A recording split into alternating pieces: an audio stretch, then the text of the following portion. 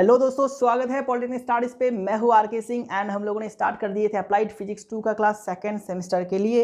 And previous lecture में हम लोगों ने अप्लाइड फिजिक्स 2 का जो पहला यूनिट है वेव मोशन, उसको भी स्टार्ट कर दिए थे एंड कुछ टॉपिक भी डिस्कस हो गया था, जैसे कि वेव क्या है, ठीक है, वेव का डेफिनेशन, वेव का प्रॉपर्टीज, वेव का एग्जाम्पल, ठीक है। उसके बाद हम लोगों ने वेव के कुछ पैरामीटर्स को डिस्कस किए थे। आप सभी को याद होगा, amplitude, wavelength, frequency, time period, velocity, ठीक है, वेलोसिटी बोले तो वेव वेलोसिटी। तो ये सारे पैरामीटर्स को हम लोगों ने डिस्कस कर लिए थे एंड सबके आखिर में हम लोगों ने ये सारे पैरामीटर्स का रिलेशन निकाला था कि इन सभी पैरामीटर्स के बीच में क्या रिलेशन होता है।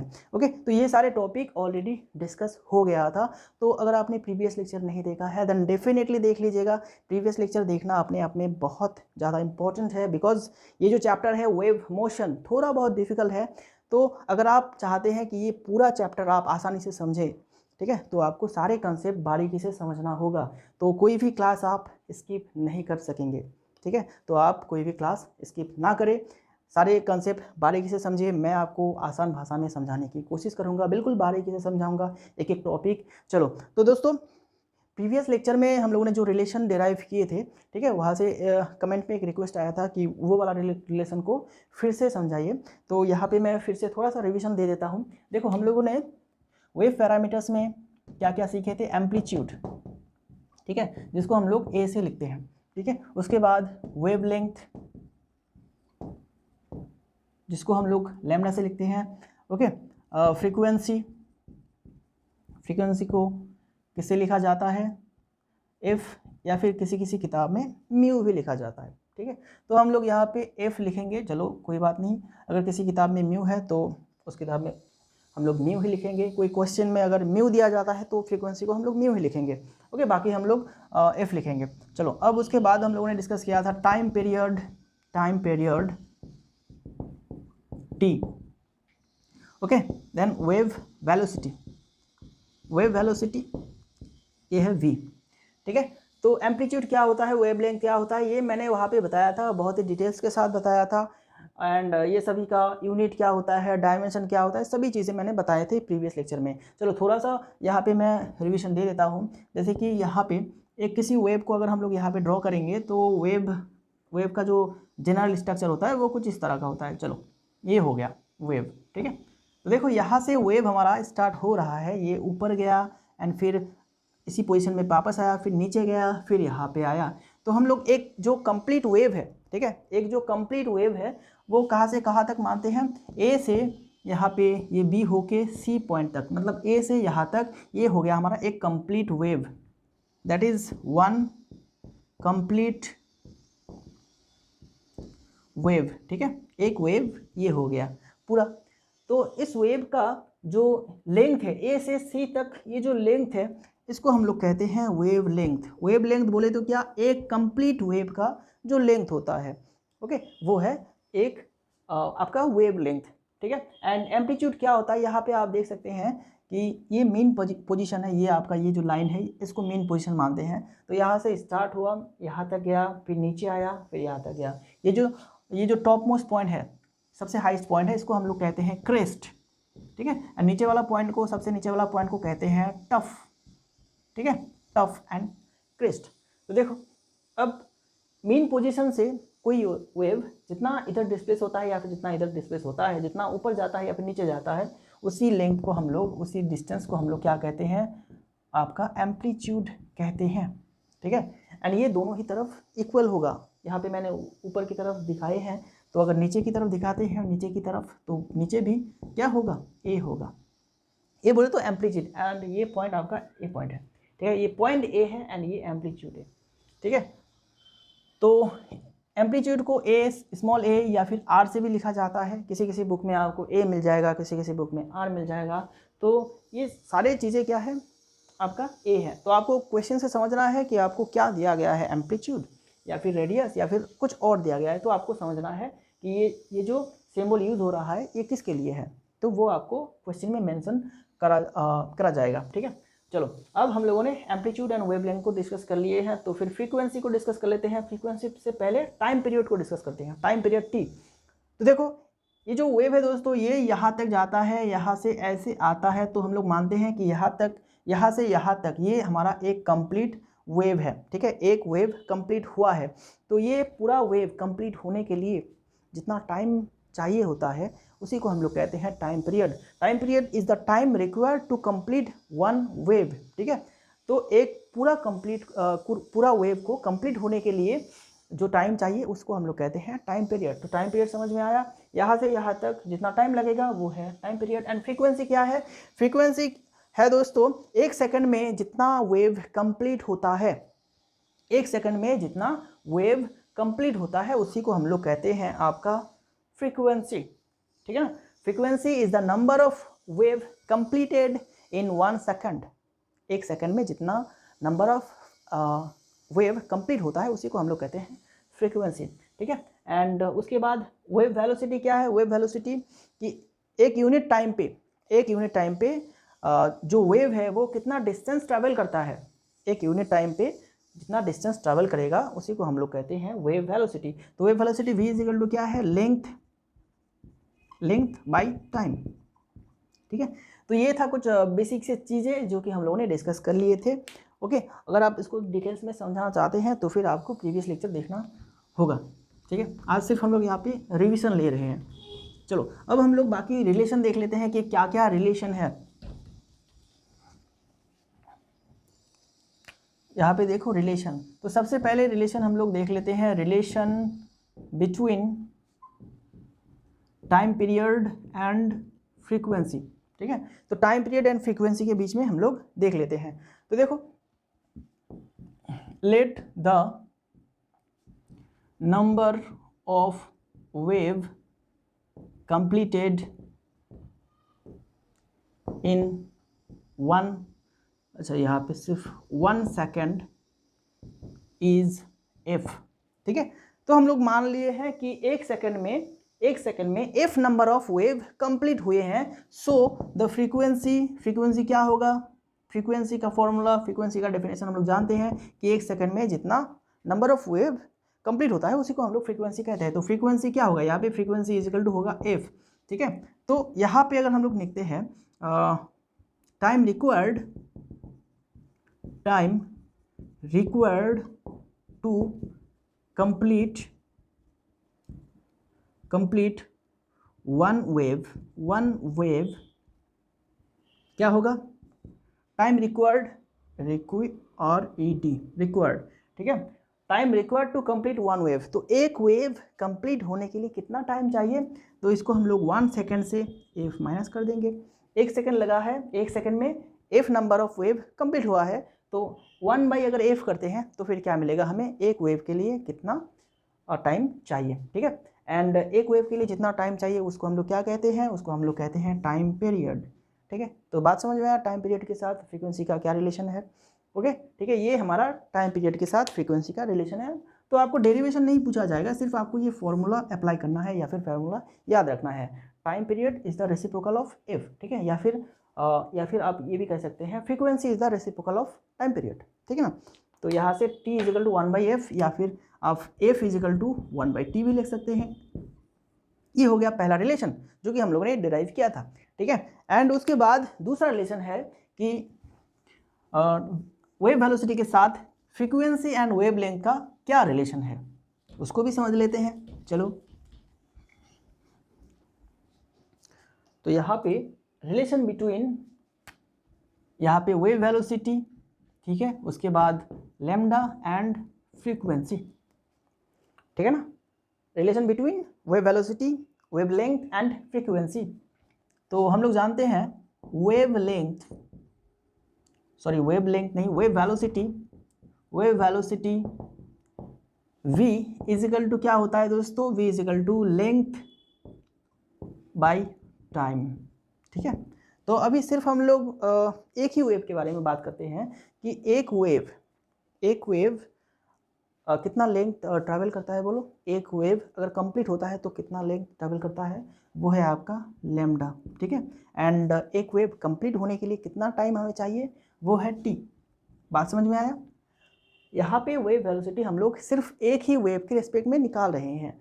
हम लोगों ने मान लिए हैं कि एक ही वेव आपका क्या हो रहा है? ट्रैवल हो रहा है, सिर्फ वन वेव। तो देखो, अब एक वेव अगर कंप्लीट होता है तो फिर कितना लेंथ ट्रैवल करेगा, लेमडा, एंड एक वेव को ट्रैवल करने के लिए, कंप्लीट होने के लिए कितना टाइम चाहिए, टी। तो यहाँ पे हमारा रिलेशन आ गया velocity is equal to lambda by T, ठीक है, एक रिलेशन तो ये आ गया। एंड हम लोग जानते हैं कि एफ इजिकल टू क्या है, 1/t है, ठीक है, एफ इजिकल टू 1/t। तो 1/t के जगह पे आप क्या लिखेंगे, अभी लेमडा को रहने देते हैं इधर एंड इधर 1/t लिखेंगे, v इजिकल टू लेमडा के जगह सॉरी 1/t के जगह पे f लिखिएगा, ठीक है ना। ये दूसरा रिलेशन हमें मिल गया, ठीक है, समझ में आया कुछ। ये जो वेव वेलोसिटी है हम लोग सिर्फ वन वेव के लिए निकाल रहे हैं। एक वेव कितना डिस्टेंस जाएगा, लैम्डा, कितना टाइम लगेगा लैम्डा जाने के लिए, टी। तो ये हो गया आपका वेव वेलोसिटी, ठीक है, वन वेव का wave velocity, okay. And 1/t, इसको हम लोगों ने 1/t के आकार में लिखा, एंड 1/t इजिकल टू हम लोग जानते हैं f इजिकल टू 1/t, तो 1/t के जगह पे f लगा देंगे यहाँ पे। तो वेव वेलोसिटी इजिकल टू क्या होगा, वेव लेंथ इनटू फ्रीक्वेंसी। फटाफट से लिख लीजिए, wave velocity is equal to wave velocity is equal to wave length into frequency, ठीक है। तो इस रिलेशन को आप याद रखिएगा, क्योंकि न्यूमेरिकल अगर पूछा जाता है तो फिर इस तरह के रिलेशन हमें याद रखना होता है, क्योंकि आपको एक या दो चीज़ दिया जाएगा, बाकी चीज़ें आपको निकालना होता है, ठीक है। तो इसके लिए आपको फॉर्मूला याद होना चाहिए। एंड ये जो फॉर्मूला है ये आपका फिलिंग द ब्लैंक्स में भी दिया जा सकता है, यहाँ पे ऐसे इसको हटा दिया, ओके। तो बताया गया है wave velocity is equal to dash into frequency, तो यहाँ पे क्या लगाना है, वेव लेंथ, ठीक है। चलो तो आगे बढ़ते हैं। आगे हम लोग आज डिस्कस करेंगे टाइप्स ऑफ वेव या फिर टाइप्स ऑफ वेव मोशन के बारे में। वेव एंड वेव मोशन एक ही चीज़ है दोस्तों, ठीक है। वेव अगर मोशन पे होता है तो फिर उसको हम लोग वेव मोशन कहते हैं। एंड हम लोग जानते हैं कि वेव जो है वो ट्रैवल करता है, मतलब वेव ऑलवेज मोशन पे रहता है, ठीक है। तो इसलिए वेव एंड वेव मोशन में कोई अलग सा डिफरेंस नहीं है। अगर आपको पूछा जाए what are the types of wave, तो जो आंसर रहेगा, अगर आपको पूछा जाए what are the type of wave motion, तो सेम आंसर आपको देना है, ठीक है। चाहे वेव पूछे या फिर आपको वेव मोशन पूछा जाए, आंसर सेम देना है, ठीक है। चलो यहाँ पे हेडिंग लगाएंगे टाइप्स ऑफ वेव और वेव मोशन, ठीक है। तो दोस्तों वेव मोशन या फिर वेव को हम लोग तीन तरह से क्लासीफाई कर सकते हैं, पहला तो हो गया मीडियम के ऊपर बेस करके, ठीक है। दूसरा हो गया आपका वाइब्रेशन ऑफ पार्टिकल के ऊपर बेस करके, कि पार्टिकल का वाइब्रेशन कैसा होता है मीडियम का, ये हो गया दूसरा तरीका। तीसरा है आपका एनर्जी ट्रांसफ़र, कि एनर्जी ट्रांसफ़र के ऊपर बेसिस करके हम लोग एक और क्लासीफाई कर सकते हैं, ठीक है। तो तीन तरह से हम लोग क्या कर सकते हैं, वेव मोशन को क्लासीफाई कर सकते हैं। तो पहला टाइप देख लेते हैं, पहला क्या है, पहला तरीका, चलो यहाँ पे लिखेंगे ऑन द बेसिस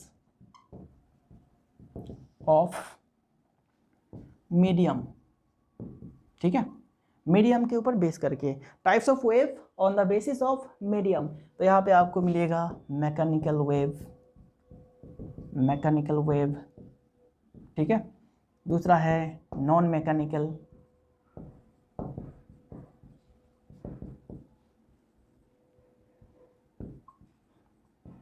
ओके, जिसको हम लोग इलेक्ट्रोमैकेनिकल वेव भी कहते हैं, इलेक्ट्रोमैकेनिकल वेव।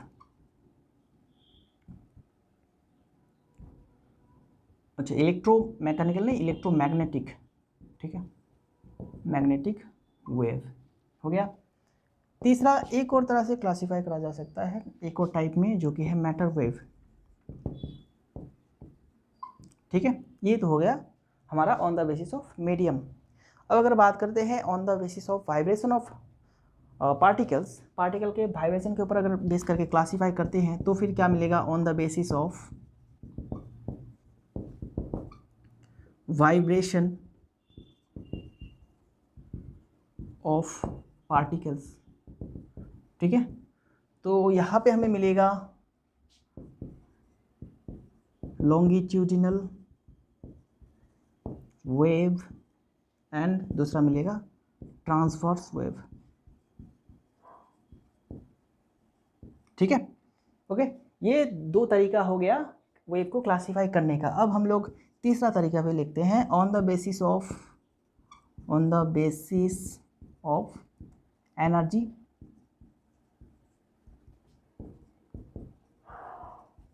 ट्रांसफ़र, ठीक है, on the basis of energy transfer. तो यहाँ पे आपको दो तरह के देखने को मिलेगा, एक तो है प्रोग्रेसिव वेव,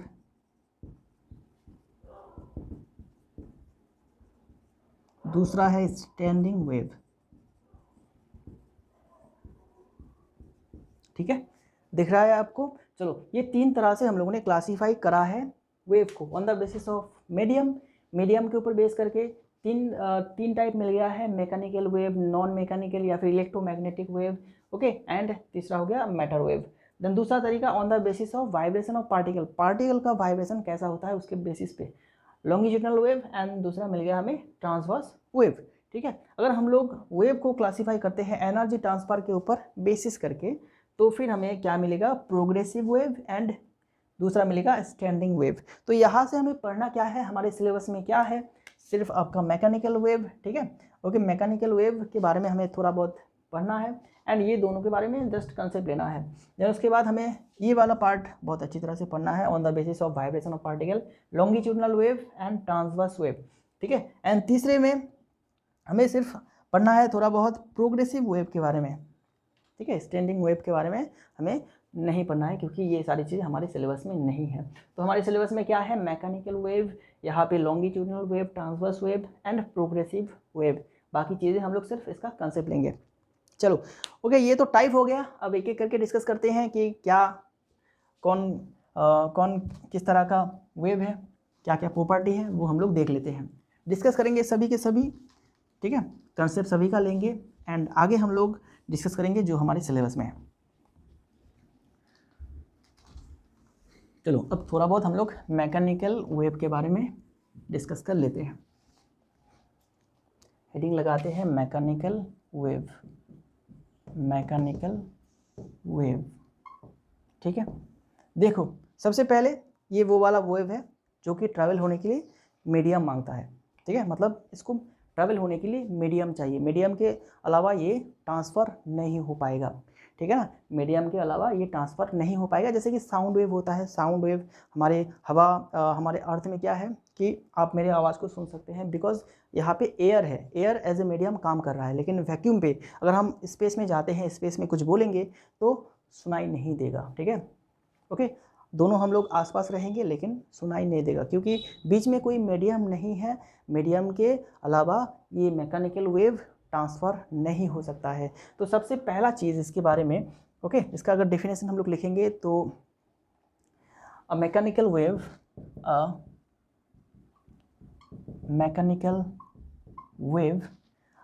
दिखाई दे रहा है आपको, थोड़ा सा आई थिंक छोटा हो गया, थोड़ा सा बड़ा करके लिखता हूँ, a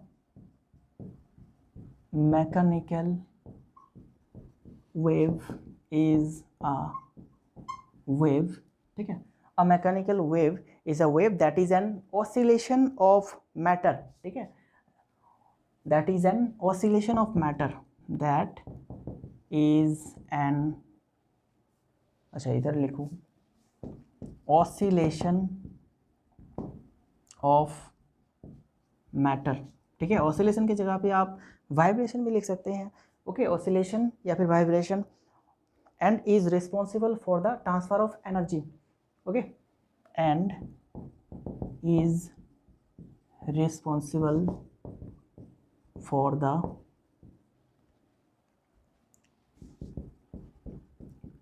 transfer of energy through a medium.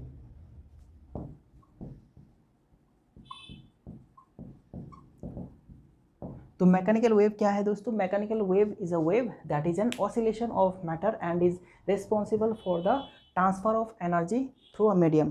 तो मैकेनिकल वेव क्या है, एक मीडियम का ऑसिलेशन है, मतलब वाइब्रेशन है, मीडियम के अंदर जितने भी पार्टिकल होगा उसका वाइब्रेशन होगा, एंड यही वाइब्रेशन क्या है, रिस्पॉन्सिबल है, यही वाइब्रेशन है वो वजह जिसकी वजह से मीडियम के थ्रू एनर्जी पास होगा, ठीक है, ओके। जैसे कि यहाँ पे ये हमारा एक आयरन का रॉड है, ठीक है, आयरन का एक रॉड है। अगर यहाँ पे हम लोग थोड़ा सा किसी दूसरे हैमर से, लोहे के हैमर से, ठीक है, ये लोहे का हैमर हो गया हमारा, लोहे का हैमर, इससे अगर हम लोग यहाँ पे हीट करेंगे तो क्या होगा, यहाँ पे थोड़ा सा एक साउंड डेवलप होगा, ठीक है, टंग बोल के एक साउंड डेवलप होगा। एंड उसके साथ साथ यहाँ पे जितने भी पार्टिकल हैं इसमें एक वाइब्रेशन देखने को मिलेगा, ये सारे पार्टिकल वाइब्रेट होने शुरू करेगा, मतलब ऑसिलेट होना शुरू करेगा।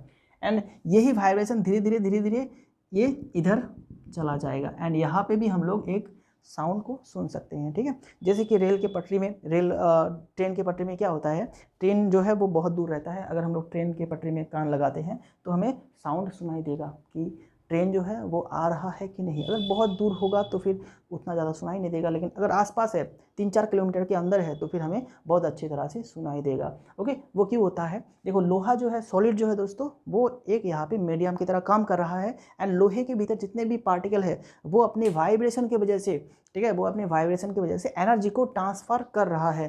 तो मैकेनिकल वेव का एक बेस्ट एग्जाम्पल है साउंड वेव, ठीक है ना। चलो, ये तो मैकेनिकल वेव का डेफिनेशन हो गया। एंड दूसरा पॉइंट क्या लिखेंगे, मैकेनिकल वेव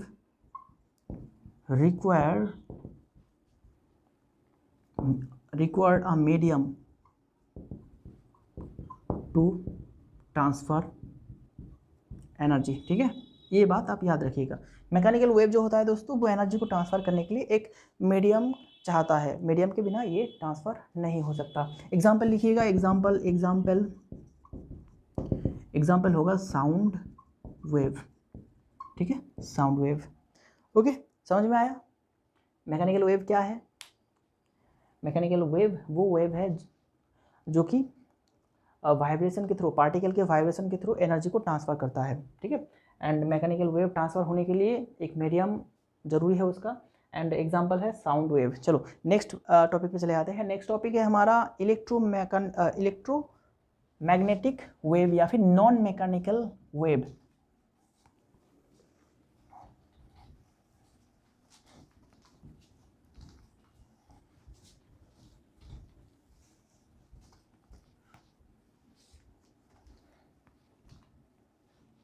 यहाँ पे आप नॉन लिखिएगा, नॉन मैकेनिकल वेव, ठीक है।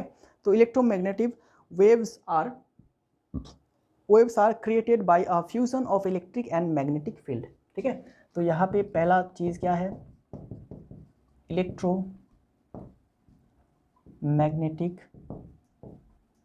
Waves are created by the fusion of electric and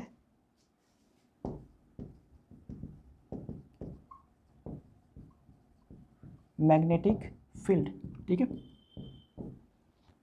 electromagnetic, देखो नॉन मैकेनिकल वेव में एक ही एग्जांपल है, दैट इज इलेक्ट्रोमैग्नेटिक वेव, ठीक है। इलेक्ट्रोमैग्नेटिक वेव ही ऐसा वेव है जो कि आपका क्या होता है, बिना मीडियम के पास हो जाता है, बिना मीडियम की एनर्जी को ट्रांसफ़र कर देता है। जैसे कि सूरज से जो सनलाइट आता है दोस्तों, वो इलेक्ट्रोमैग्नेटिक वेव है, ठीक है। स्पेस में कोई भी कुछ भी मीडियम नहीं है, बिल्कुल खाली है, लेकिन खाली होने के बावजूद भी सूरज से क्या आता है, रोशनी आ जाता है, ठीक है। तो यहाँ पे बेस्ट सुइटेबल एग्जांपल क्या होगा, इलेक्ट्रोमैग्नेटिक वेव का साउंड, लाइट, ठीक है, इलेक्ट्रोमैग्नेटिक वेव। चलो, it do not require any medium to travel, ठीक है, to travel या फिर to transfer the energy। it do not require या फिर do not need any medium, sorry यहाँ पे ये आप इसको medium to travel, okay, and it travel in straight line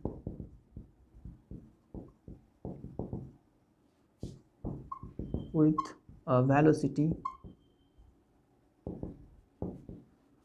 same as light, ठीक है। जैसे कि 3 × 10⁸ मीटर पर सेकंड, ठीक है।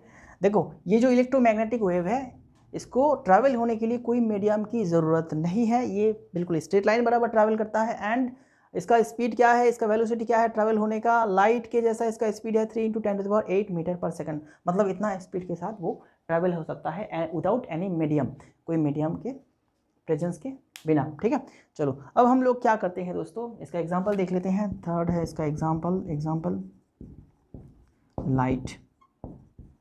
ठीक है, लाइट वेव। ओके, इसका एग्जांपल क्या है दोस्तों, light wave. Okay, and x rays भी हो सकता है, x rays, microwaves, radio waves. ठीक है, और भी एग्जांपल है माइक्रोवेव्स, देन उसके बाद रेडियो वेव्स। ठीक है ना। ओके, तो ये कुछ एग्जांपल हो गया इलेक्ट्रोमैग्नेटिक वेव का। अब क्या करेंगे, अब हम लोग mechanical and non mechanical wave के बीच में थोड़ा सा डिफरेंस देखेंगे। ओके, क्या क्या डिफरेंस होता है, क्योंकि डिफरेंस पूछा जाता है, what are the difference between mechanical and non mechanical wave.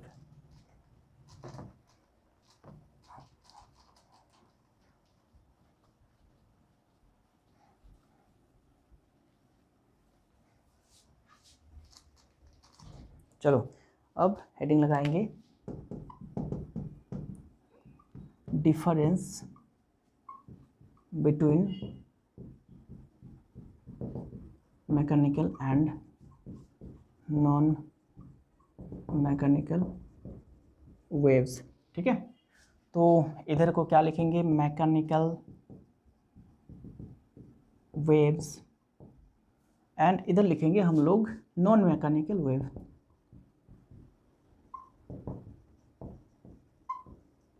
ठीक है, okay, mechanical waves and non mechanical waves. थोड़ा सा छोटा छोटा लिखा मैंने, क्योंकि बहुत सारी चीज़ें लिखना है।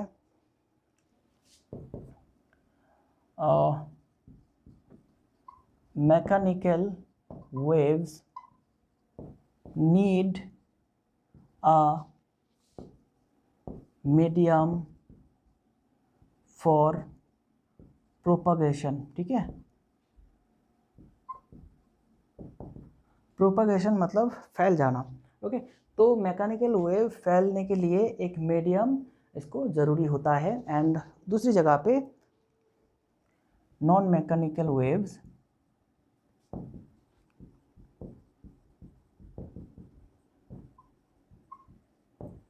do not need any medium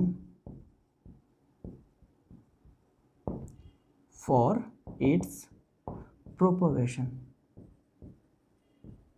ठीक है, तो इसको फैलने के लिए कोई भी मीडियम ज़रूरी नहीं होता है। ठीक है, दूसरा पॉइंट चले आते हैं। दूसरा पॉइंट, जैसे कि एग्जांपल लेते हैं, mechanical waves do not travel through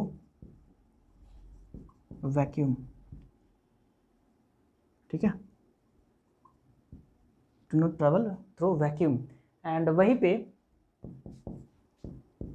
non mechanical waves can travel through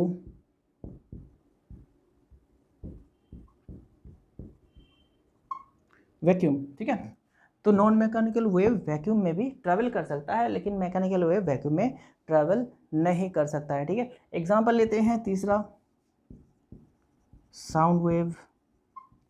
ठीक है, sound wave, water waves and seismic wave.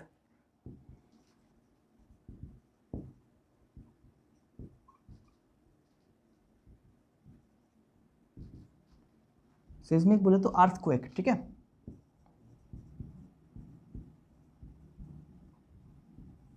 Are the example of mechanical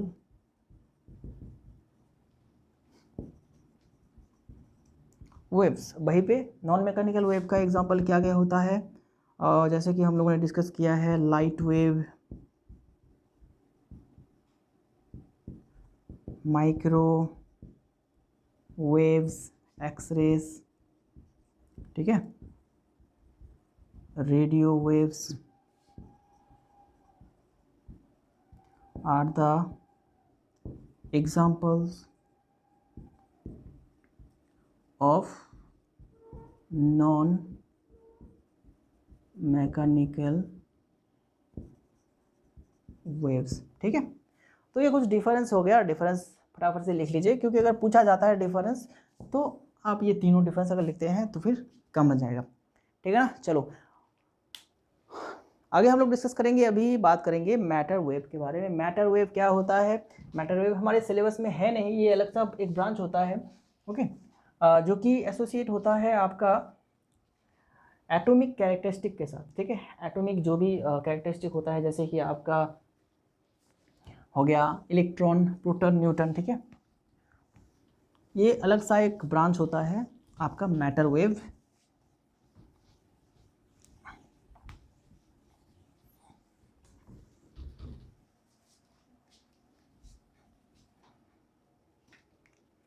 तीसरा हम लोगों ने देखा था मैटर वेव्स। ठीक है, मैटर वेव्स क्या होता है? Associated with electrons, proton and other fundamental, this waves are associated with electron, protons and other fundamental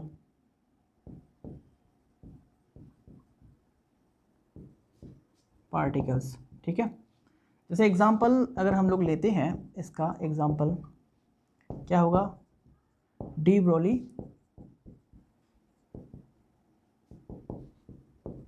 wave. ठीक है, ये वेव ऑप्टिक्स का एक पार्ट है जहाँ पे हम लोग डी ब्रोली वेव पढ़ने वाले हैं। ठीक है, लेकिन हमारे सिलेबस में वेव ऑप्टिक्स को हटा दिया गया है। अब हम लोग वो वाला चैप्टर नहीं पढ़ेंगे, वो वाला टॉपिक भी नहीं पढ़ेंगे। तो मैटर वेव के बारे में हमें आगे भी नहीं पढ़ना है। ठीक है ना। तो फिलहाल आप ये जान के रखिए, जो ये जो वेव है मैटर वेव, वो किसके साथ एसोसिएट होता है? Electrons, proton, neutron and other जो फंडामेंटल पार्टिकल होते हैं एटम के बीच, एटम पे, उसके साथ ये एसोसिएटेड होता है। एंड एग्जाम्पल याद रखिएगा, डी ब्रोगलिस वेव। ठीक है, डी ब्रोगलिस वेव। चलो ये हो गया on the basis of medium. ठीक है, मीडियम के ऊपर बेस करके हम लोगों ने तीन टाइप देखे थे।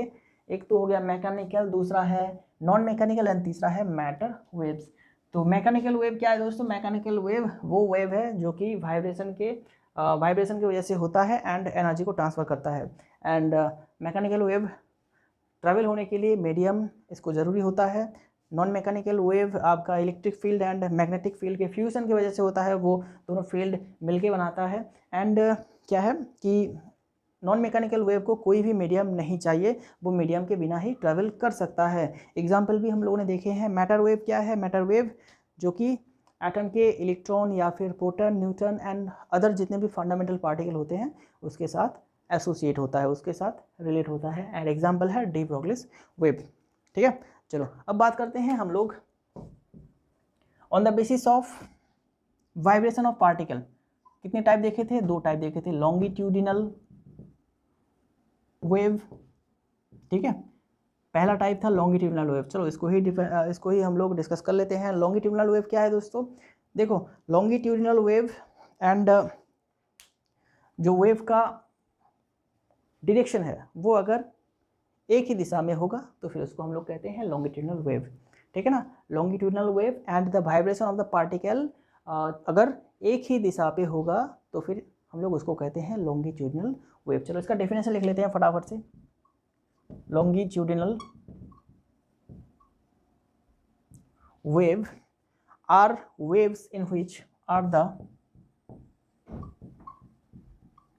waves in which longitudinal wave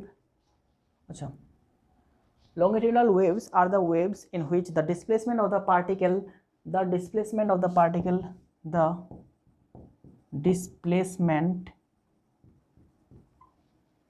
दिखाई दे रहा है, displacement of the particles of the medium is parallel to the direction particles of the medium is parallel to the direction of the wave, ठीक है, direction of the propagation of wave.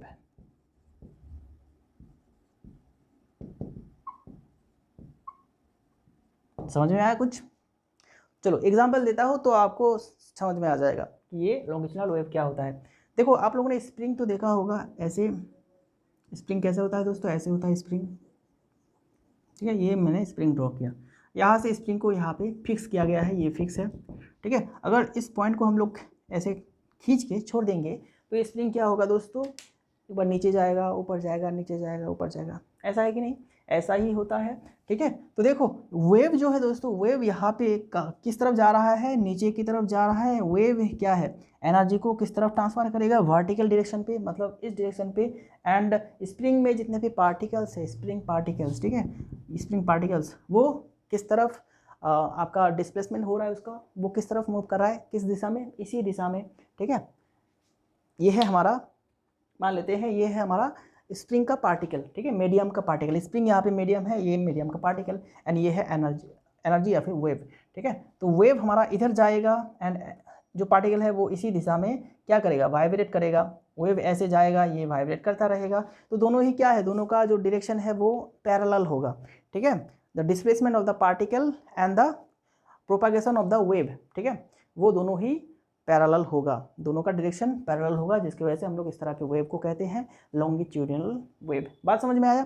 क्या है, आपको कुछ भी याद नहीं रखना है, सिर्फ आप ये याद रखिए कि जो मीडियम का जो पार्टिकल है उसका डायरेक्शन, उसका डिस्प्लेसमेंट का डायरेक्शन वो किस दिशा में वाइब्रेट हो रहा है, एंड वेव किस दिशा में जा रहा है। दोनों ही अगर सेम दिशा में जाएगा, दोनों का डायरेक्शन अगर पैरेलल है, तो फिर उसको हम लोग कहते हैं लॉन्गिट्यूडिनल वेव। बात समझ में आया? बहुत ही सिंपल है, ठीक है। तो यहाँ पे हम लोग लॉन्गिट्यूडिनल वेव का कुछ प्रॉपर्टी लिख लेते हैं फटाफट से। आपको तो डिफिनेशन याद रखना है, कंसेप्ट भी याद रखना है कि लॉन्गिट्यूडिनल वेव में क्या होता है, ओके। पहला point, when longitudinal wave travels through a medium, ठीक है। When longitudinal waves travel through a medium, some layers come close together, some layers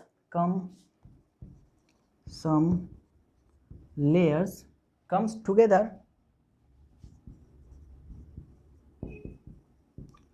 close together, okay, together creating a compression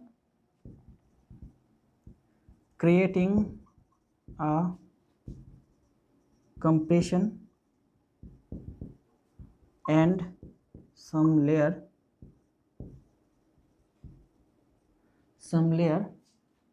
क्या है, some layer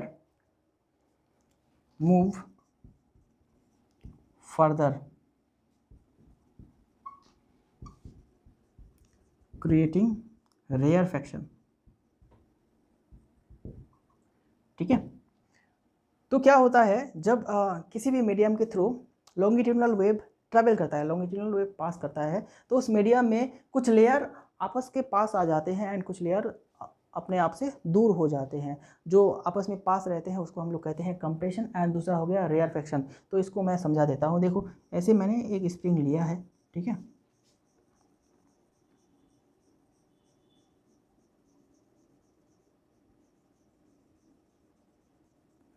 ठीक है, कुछ ये हमारा spring है। तो आप देख सकते हैं कि ये जगह जो है दोस्तों, ये जगह थोड़ा सा, इसमें थोड़ा सा ये दूर दूर है, लेकिन ये छोटे से पार्ट में देखिए, ये छोटे से पार्ट में सारे लेयर्स क्या हो गया है, बहुत आसपास हो गया है, ठीक है। फिर यहाँ पे देखिए क्या है, यहाँ पे लेयर्स फिर से दूर चला गया है, एंड यहाँ पे फिर से लेयर्स जो है आसपास आ गया है, यहाँ पे फिर से दूर, यहाँ पे फिर से आसपास।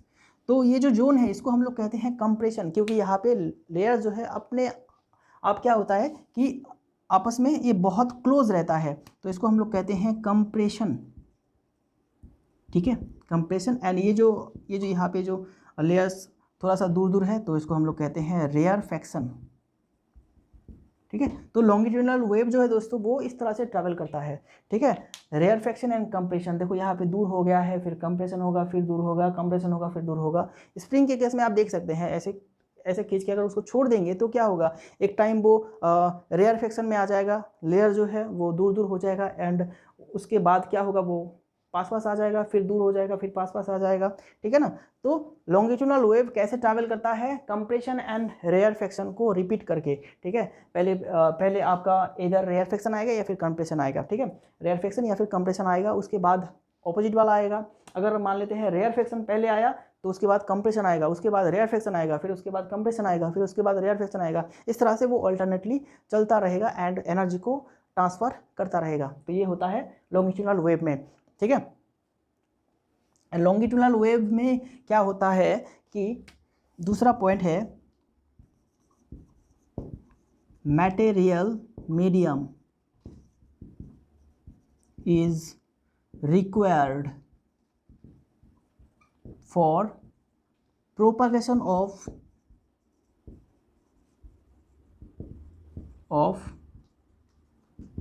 longitudinal waves, ठीक है। तो लॉन्गिट्यूडिनल वेव प्रोपागेशन के लिए, फैलने के लिए एक मटेरियल मीडियम की ज़रूरत होता है इसको, ठीक है। तो विदाउट मीडियम ये लॉन्गिट्यूडिनल वेव ट्रैवल नहीं कर सकता, ठीक है। Without medium longitudinal wave travel नहीं कर सकता। लॉन्गिट्यूडिनल वेव अगर ट्रैवल कराना होगा इसको तो फिर इसके लिए एक मीडियम चाहिए होगा। जैसे कि यहाँ पे मैंने एग्जांपल दिया स्प्रिंग का, स्प्रिंग क्या है, एक मटेरियल मीडियम है, ठीक है।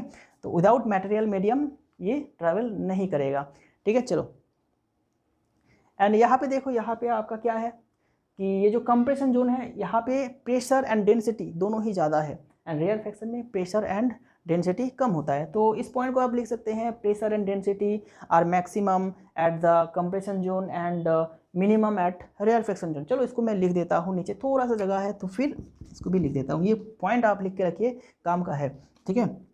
Pressure and density are maximum at compression, ठीक है।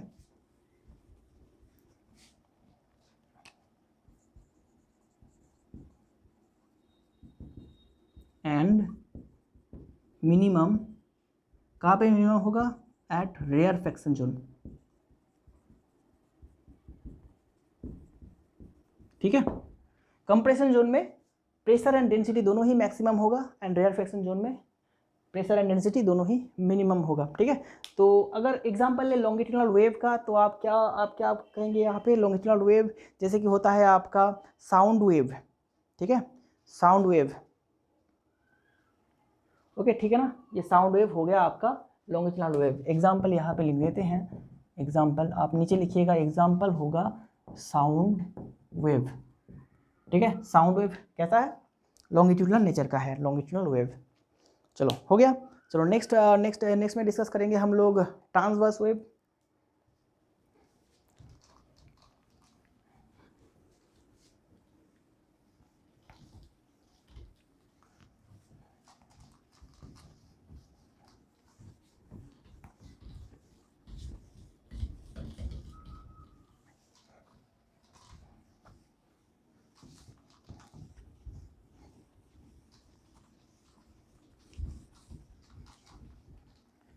चलो हेडिंग लगाइए ट्रांसवर्स वेव।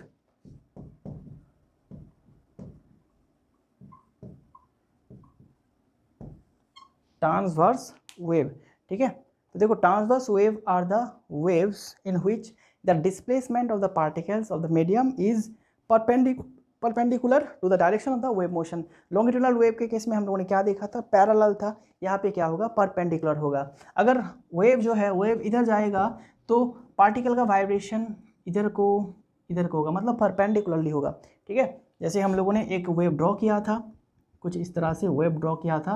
तो यहाँ पे आप देख सकते हैं ये जो पार्टिकल्स है, पार्टिकल किस दिशा में जा रहा है, इस दिशा में जा रहा है, मतलब वेव तो हमारा इधर जा रहा है लेकिन ये इधर जा रहा है, पार्टिकल का वाइब्रेशन, ठीक है।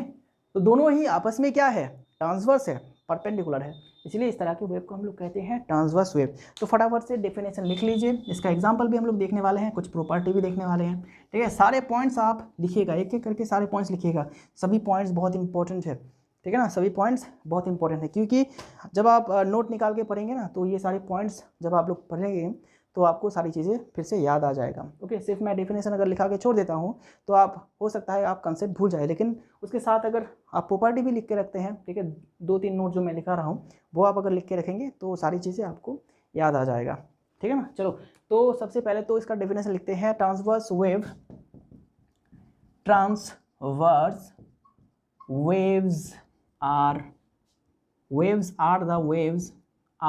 the waves in which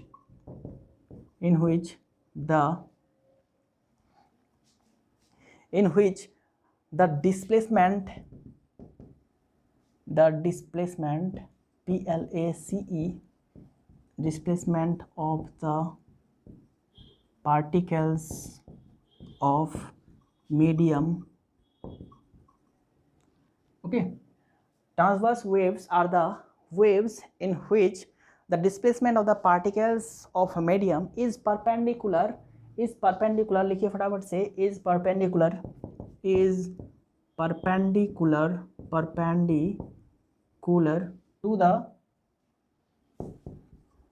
to the propagation of wave, ठीक है, to the propagation of wave, या फिर आप यहाँ पे ये भी लिख सकते हैं to the direction of wave motion, ठीक है, टू द डायरेक्शन, चलो डायरेक्शन ऑफ वेव मोशन ही लिखिए, बहुत सुनने में बहुत अच्छा लग रहा है, to the direction of the wave motion, ठीक है, मतलब वेव जिस तरफ जाएगा उसके परपेंडिकुलर डायरेक्शन पे पार्टिकल क्या करेगा, आपका डिस्प्लेसमेंट करेगा, ठीक है। तो इस तरह के वेव को हम लोग कहते हैं ट्रांसवर्स वेव। जैसे कि एक रस्सी को आप इधर किसी एक पिलर पे ऐसे बांध देंगे, एंड इस रस्सी को आप ऐसे अगर यहाँ पे ऐसे एक झटका मारेंगे रस्सी को, तो रस्सी का जो वाइब्रेशन होगा वो कुछ इस तरह से होगा, एंड ये जो बम्प यहाँ पे क्रिएट हुआ ये धीरे धीरे ऐसे ऐसे करके ऊपर नीचे करते करते ऐसे आखिर तक चला जाएगा। तो देखो वेव जो है वो किस तरफ ट्रैवल कर रहा है, वेव जो है एनर्जी जो है वो इस दिशा में ट्रैवल कर रहा है, इधर क्या है वेव मोशन, ठीक है। एंड ये जो पार्टिकल्स है, ये पार्टिकल किस दिशा में जा रहा है, इस दिशा में या फिर नीचे जाएगा, ठीक है, मतलब परपेंडिकुलर दिशा पे ये वाइब्रेट होगा, ठीक है।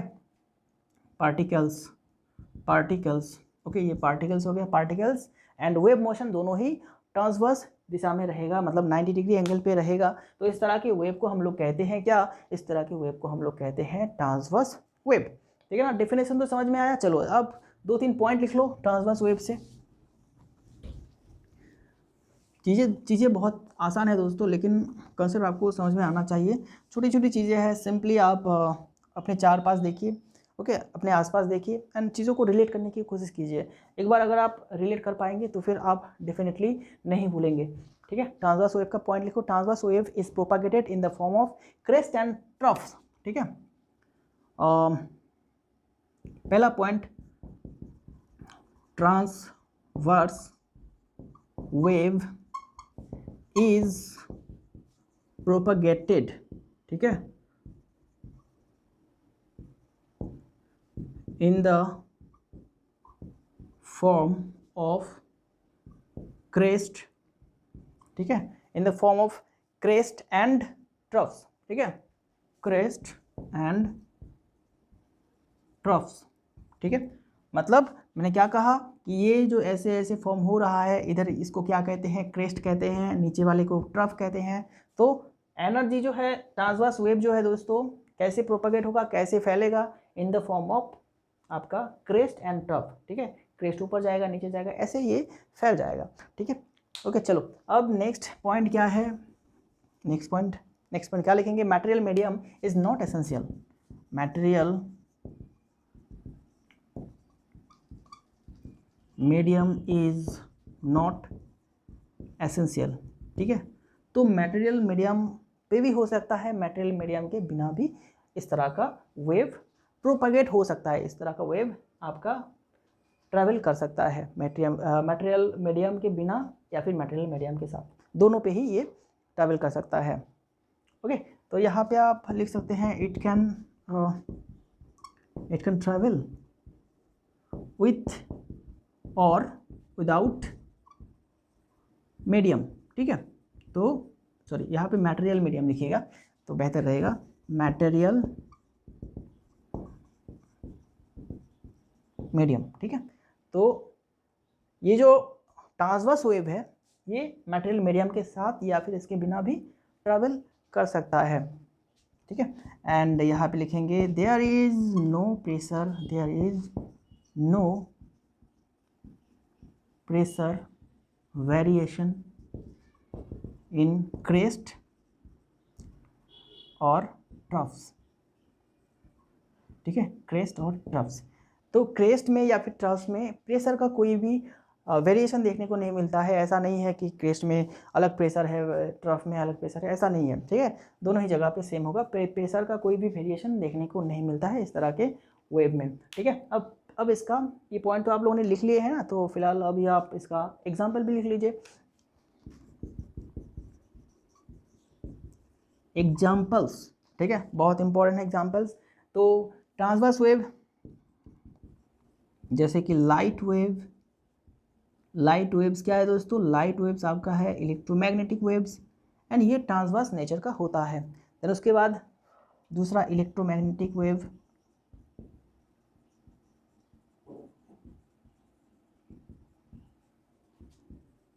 हो गया इलेक्ट्रोमैग्नेटिक वेव। देन उसके बाद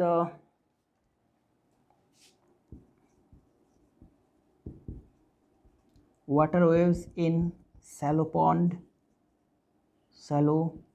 ठीक है, छोटे से तालाब में वाटर का जो वेव है वो भी ट्रांसवर्स नेचर का होता है। जैसे देखिएगा जो एनर्जी है वो उस पॉइंट से, मान लीजिए कोई एक तालाब है, उसका जो पानी है बिल्कुल ठहरा हुआ है, आप लोगों ने एक पत्थर डाला उसमें, तो क्या होगा, एक वहाँ पे रिपल प्रोड्यूस होगा। ठीक है, गोल गोल चक्के प्रोड्यूस होगा, वो धीरे धीरे बढ़ता जाएगा।